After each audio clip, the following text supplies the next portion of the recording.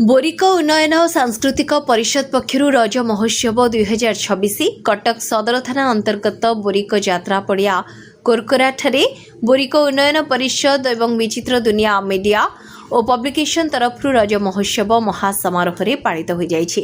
एही अवसर रे महिला मानक मध्यरे विभिन्न प्रतियोगिता और नृत्य संगीत परिवेषण होइथिला।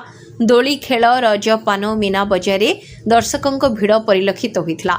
सकाळे कोरकोरा युवक संघर सदस्य मानक द्वारा बोरिक यात्रा पड़िया 30 रु ऊर्ध्व फलंती वृक्षरोपण करा जायथिला।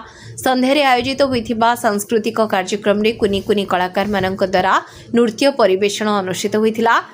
संध्यारे मुख्य अतिथि भावे पूर्वतन सांसद प्रसन्न कुमार पाटसाणी जोग देथिले। सम्मानित अतिथि भावे वरिष्ठ आईनजीवी रश्मिरंजन शतपथी, सिने कलाकार मिटू मिथुन, चलचित्र निर्देशक जीतू राउत, सिने अभिनेता श्री कुमार जेना प्रमुख जोग देथिले।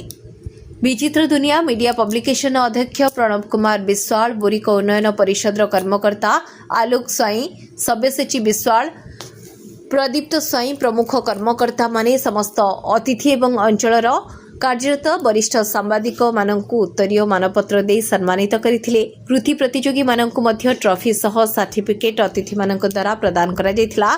चलित बोरिक यात्रार समस्त कार्यक्रम को सफल कराइबारे मुख्य भूमिका ग्रहण करिथिबा व्यक्तित्व आलोक कुमार स्वाई को रज महोत्सव 2026 श्रेष्ठ सम्मान रज महोत्सव गौरव सम्मान 2026 रे सम्मानित करा जायथिला।